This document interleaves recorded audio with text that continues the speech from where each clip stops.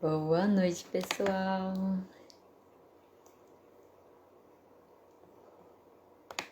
O Facebook não tá querendo aceitar.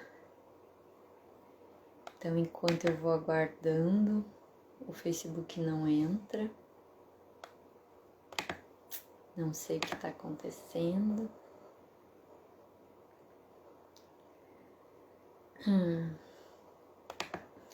Mas vamos fazer só no Instagram, então. Se o Facebook não está deixando. Só tentar uma coisinha aqui. De novo. E a gente já começa. Hoje eu tô com o ar ligado, daí a minha voz não fica muito boa.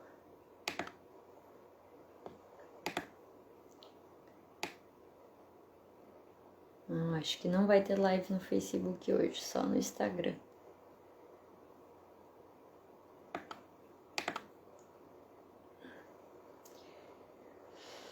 Desculpa aí, gente. Mas então, enquanto eu não consigo entrar, eu vou fixar o nome da nossa live.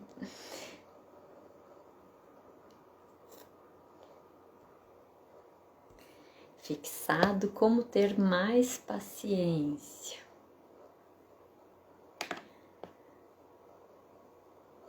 Que é algo que as mães pedem muito, né? Como que eu faço para ter mais paciência? Então, por isso que eu decidi falar, e é algo que eu vejo bastante aqui também na internet, né? A internet tem muito esse brincadeiras, né, referentes a esse assunto, referente a ter mais paciência, na verdade a não ter paciência, né? Então por isso que eu vou falar hoje sobre como ter mais paciência.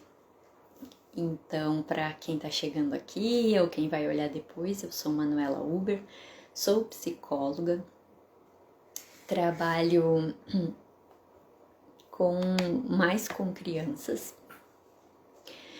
Então, hoje em dia, né, eu trabalho focado mais com crianças. Por quê? Porque eu percebi, né, ao longo dos 10 anos que eu já sou formada, que muitas das questões que os adultos traziam tinham acontecido, né, tinham sido marcadas lá na infância dos adultos. Então, fez eu começar a pensar cada vez mais sobre a importância de trabalhar com a infância, de fazer com que esses problemas, essas situações tenham uma repercussão menor na vida dessa pessoa, né? Que possa ser trabalhado essas questões, essas coisas que acontecem, para que não desenvolva esses problemas enquanto adulto, né? Por isso que hoje eu trabalho mais focada na infância e na orientação de pais. E hoje a gente vai falar um pouco sobre como ter mais paciência. É importante a gente entender que esse momento que a gente está vivendo desde março, ele é muito significativo. A gente até quer, né? A gente quer aceitar, né? Algumas pessoas dizem, o novo normal. Mas fato é que não é normal nós nos isolarmos. Tanto que muitas dos diagnósticos dentro da psicologia, né? Eles são baseados nesse ponto, né? Uma pessoa com depressão, por exemplo, a gente avalia o quanto ela está conseguindo sair de casa, fazer os cuidados pessoais. Isso é muito importante para a detecção, né? Para o diagnóstico da depressão. E entre vários outros transtornos, né? O transtorno de pânico, quando a pessoa não está mais conseguindo sair de casa, isso é muito significativo, quer dizer que a doença está bastante grave. Então, nós, né, não somos feitos para nos isolar. Nós somos seres sociáveis, como eu já falei aqui para vocês, né? Nós vivemos em sociedade pelo motivo que nós precisamos uns dos outros, nós precisamos estar juntos. E por mais que a gente tá, né, não, a gente quer ficar bem, então a gente está fazendo um esforço para conviver bem com tudo que está acontecendo. Mas as pessoas, né, estão com saudade de estar com a família, estão com saudade de ter convivência com os amigos, né? Que mesmo algumas pessoas já conseguindo ter, é bem menos, né? É com menos frequência do que era há pouco tempo atrás. Então nós estamos com saudade das pessoas, com saudade dos amigos e principalmente, que talvez é algo que as pessoas não se deem conta, saudade de momentos nossos, né? Não é só nós não estarmos saindo, é não ter mais momentos só nossos. Porque quando as crianças iam para a escola, a gente tinha momentos só nossos. A gente tinha momentos, né, os pais, as mães principalmente, tinham momentos de ficar só elas em casa e aí conseguir organizar a casa, ou, né, ir para o trabalho e conseguir trabalhar tranquila porque a criança está na escola. Isso não está acontecendo. Então, o momento que nós estamos vivendo propicia uma paciência menor. Por quê? Porque quando nós estamos numa situação que gera muito estresse, como é a situação que nós estamos vivendo, o nosso corpo entende como se a gente estivesse em perigo, né? A nossa mente, o nosso cérebro primitivo, que a gente chama. Que existe um cérebro mais evoluído e existe um cérebro, os dois dentro da nossa cabeça, mais primitivo, que é o que primeiro se forma, né, dentro do útero, né, é o que desde os primeiros homens das cavernas, eles já tinham e depois que foi essa outra parte evoluindo. E na criança também, a primeira parte que evolui é esse cérebro primitivo e depois que vai, ele já está lá, né, mas depois que vai ganhando mais uso, né, com a criança, conforme a criança vai crescendo. E quando nós estamos em perigo, o nosso cérebro primitivo é acionado, o cérebro que nos defende, que serve para isso, né? Para nos manter vivos. E quando nós estamos em situação de estresse, é como se esse cérebro acordasse, né? E tomasse conta de todo o cérebro. E nós estamos vivendo isso desde março. Nós estamos vivendo situações estressantes, né? De muitas notícias ruins, de um bombardeio de coisas ruins desde março. É um tempo muito prolongado para a maioria das pessoas. Algumas pessoas conseguem lidar melhor, né? Conseguem lidar melhor com isso. Mas a grande maioria das pessoas, esse cérebro mais primitivo fica ativo. E aí esse cérebro primitivo, o cérebro que serve para nos defender, estando ativo, a gente fica muito reativo. Então, quando algo acontece, a gente reage, que é isso que é ser reativo, né? É quando algo acontece, eu reajo instantaneamente. É isso que o cérebro primitivo faz. Porque quando nós estamos em perigo, um perigo real, eu preciso reagir rapidamente. Então, o cérebro primitivo faz isso. Faz você reagir rapidamente. O que muitas pessoas falam de impulsivo, né? Eu sou muito impulsivo. É eu ser reativo. Algo acontece e eu reajo, né? Meio automaticamente, sem pensar, que é esse cérebro mais desenvolvido, né? O cérebro mais desenvolvido, ele pensa mais do que esse cérebro primitivo. E quando nós estamos nessas situações mais estressoras, quando nós estamos com medo, quando nós nos sentimos em perigo, esse cérebro que fica ativado. Então, a gente fica mais reativo. E o que isso, né, representa? Que nós ficamos mais brabos, mais irritados. A gente costuma dizer que com a paciência curta, né, pavio curto. Tem várias expressões, né, que se usa e que são ótimas, porque elas encaixam muito bem. E eu percebo muito nos atendimentos, né, que os adultos acreditam que as crianças não, né, que se acha assim, elas só não estão indo para a aula. Só que a aula é basicamente toda a vida da criança, né? Assim como nós temos o trabalho, a criança tem a aula. E a aula é o momento dela ver outras pessoas, né? Nós, adultos, vamos no mercado, nós trabalhamos, então a gente vai no trabalho, a gente vai na farmácia, no posto, né? A gente vai a locais onde a gente vê outros adultos. E as crianças não. Muitas crianças estão só em casa. E aí alguns pais dizem, mas ele tem irmãos, ou ele tem os amigos, né? Os primos. É melhor do que nada, com certeza, né? Melhor do que estar sozinho. Mas vocês já devem, né? Devem se lembrar como que é o recreio numa escola. Como que é quando as crianças estão realmente juntas e livres, né? Soltas. Aquilo não acontece em outros lugares.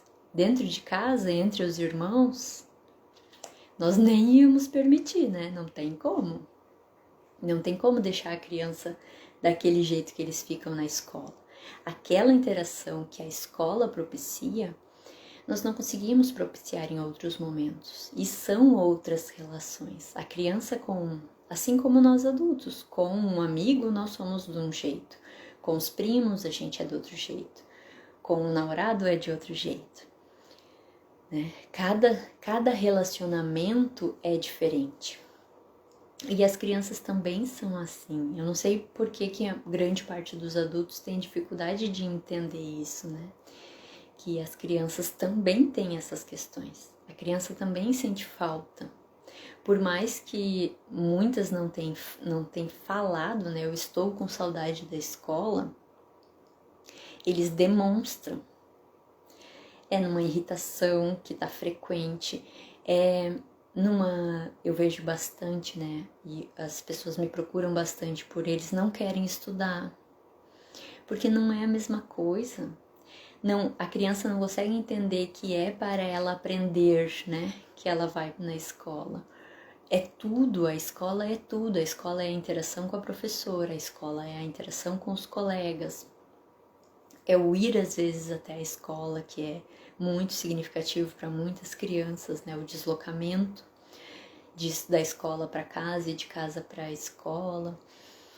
Então, tem várias coisas que também estão fazendo falta para as crianças, mas elas não sabem falar, elas não têm esse discernimento cognitivo, né? Como muitos adultos também não têm. Muitos adultos não conseguem falar sobre as suas emoções, sobre o que estão sentindo, porque é algo que não foi ensinado lá na infância, né? Não foi aprendido. E as crianças têm essa dificuldade de dizer, elas demonstram. E aí que é a parte importante de entender todo esse contexto, né? Por que é que eu tô falando de tudo isso? Porque é muito importante a gente entender o que está acontecendo, que nós chamamos de contexto. E aí existem os gatilhos de contexto. O que é que está acontecendo, né, na vida durante um tempo grande de dias ou de meses, como a gente está vivendo? O que é que está acontecendo neste todo que pode chegar ao perder a paciência, perder a cabeça, né? É o gatilho de momento. É o gatilho de contexto. Desculpa, me confundi. Depois eu vou falar sobre o gatilho de momento. O gatilho de contexto é tudo isso que está acontecendo e que influencia. Por que influencia? Por essa questão de nós estarmos muito apreensivos, reativos, né? Mais estressados, mais irritados, e a criança também. Então, são duas pessoas que estão com sentimentos à flor da pele, né? E depois tem o gatilho de momento, que aí é o que a maioria das pessoas presta atenção, que é quando a criança faz birra. A birra né, que é a explosão emocional, que eu já conversei aqui com vocês, é um dos maiores gatilhos para se perder a cabeça, né, para a paciência ir pro zero, né, ir pro ar, acabar. O choro da criança, as negativas, né? A criança fica dizendo não, não, não, não para tudo, que tem uma idade a partir dos 2 anos ali que eles começam. Isso são gatilhos de momento. E é o que eu percebo que a maioria das pessoas presta atenção. Só que isso é a gota d'água É bem importante de entender que todos esses gatilhos de que eu tô falando, eles são a gota d'água no copo, né? Eles são uma gotinha, e muitas vezes a gente presta só na gotinha que vai transbordar. E muitas vezes é essa, né? É o gatilho de momento, que muitas vezes está no outro, né? Na criança ou no marido, né? Que fez alguma coisa que daí que você percebe assim que nossa, exagerei. É isso que eu tô falando. Aí tem as feridas emocionais, que também eu já conversei um pouquinho aqui com vocês. Elas são gatilhos para perder a cabeça, para perder a paciência. E os gatilhos internos, que tem a ver com a culpa, com a insegurança, com o não saber fazer, né? Que são mais essas questões pessoais mesmo, né? Assim como as feridas emocionais, que também são mais internas, mais pessoais, e os outros dois são mais externos, né? Que é o gatilho de momento, que é as birras, o choro, né? As negativas da criança, e os gatilhos de contexto, que é tudo que tá acontecendo que faz você perder a cabeça, né? Eu tô no trabalho, o trabalho tá péssimo essa semana, isso é o contexto. Mas todos esses 4 gatilhos que eu falei para vocês, eles são gotas no copo d'água. E muitas vezes a gente só presta atenção quando o copo já transbordou, quando aí é essa situação que perdeu a cabeça, né? E aí se foca nisso. O que eu, né, trabalho bastante no consultório é de olhar para o copo todo, é o que encheu esse copo. O que fez o copo encher? E não apenas o que fez o copo transbordar. Porque muitas vezes o que eu recebo é isso, né? O meu filho faz muita birra e eu perco a cabeça com ele. Tá, mas o que encheu esse copo? A birra é o transbordar. O que encheu o copo? Pode ser que foram muitas birras, mas tem mais coisas para encher um copo. Não só uma coisa, né? E isso é muito importante de prestar atenção, por quê? Porque sabendo o que enche o copo, nós temos a possibilidade de ir lidando com essas situações. Se eu sei que as coisas estão ruins no trabalho, né, esse é um gatilho de contexto. E eu tenho aqui um outro gatilho acontecendo ali com a criança. Eu preciso lidar com algum desse gatilho para não deixar o copo transbordar. Eu preciso resolver algum desses gatilhos. Senão eu sei que o copo vai transbordar e eu vou perder a cabeça.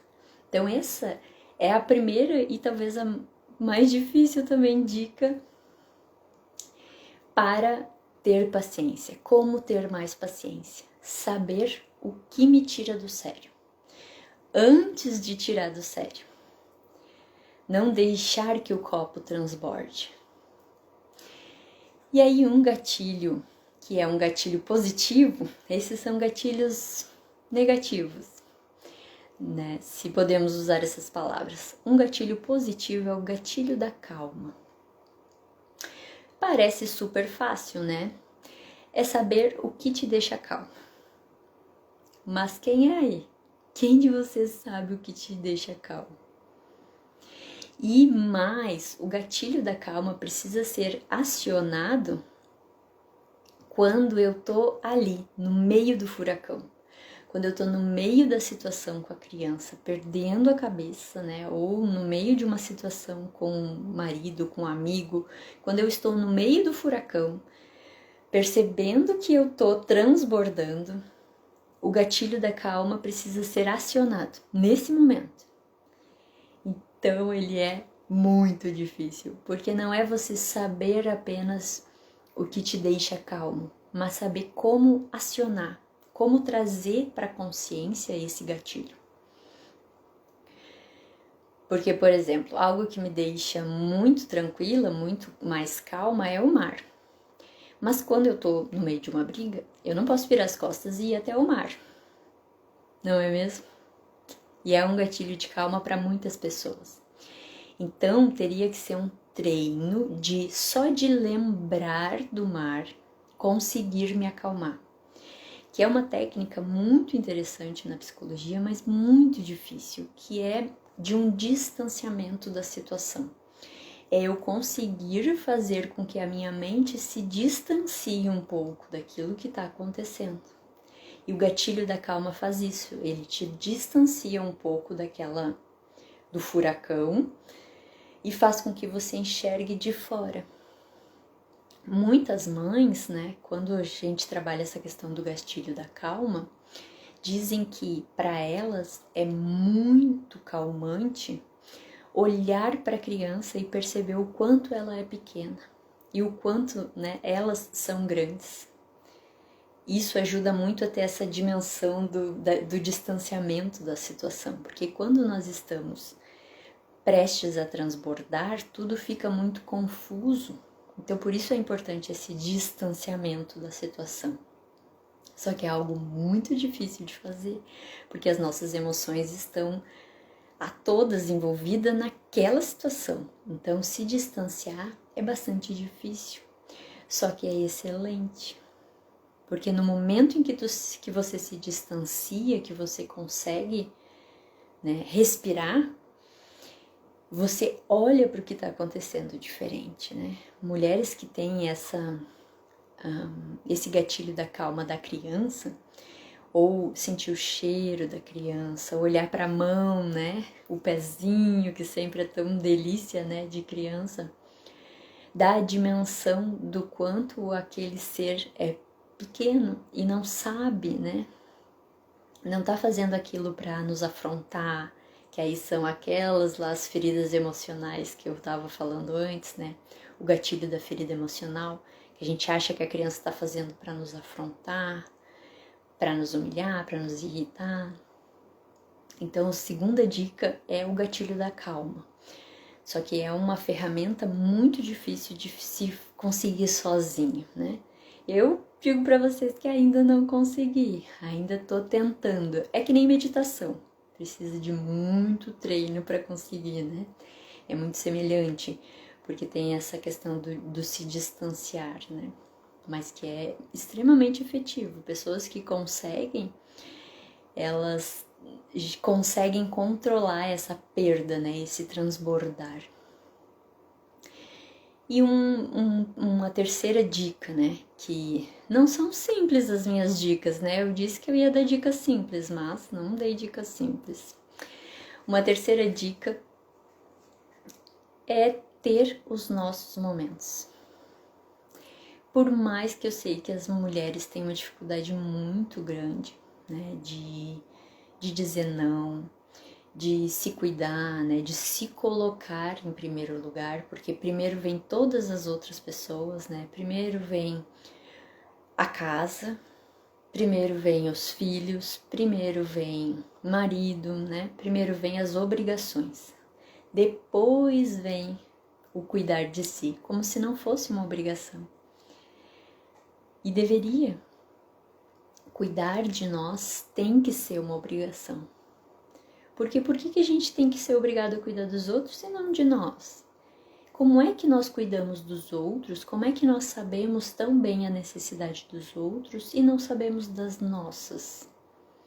Não sabemos o que nos acalma, não sabemos o nosso gatilho da calma, não conhecemos os nossos gatilhos de contexto, de momento, as feridas emocionais, né?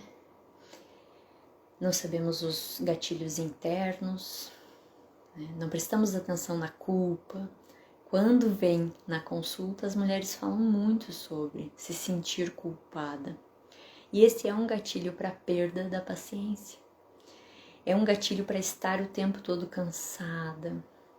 Sim, tudo isso que eu falei hoje, na live de hoje, tem a ver com esse cansaço, que não é um cansaço físico.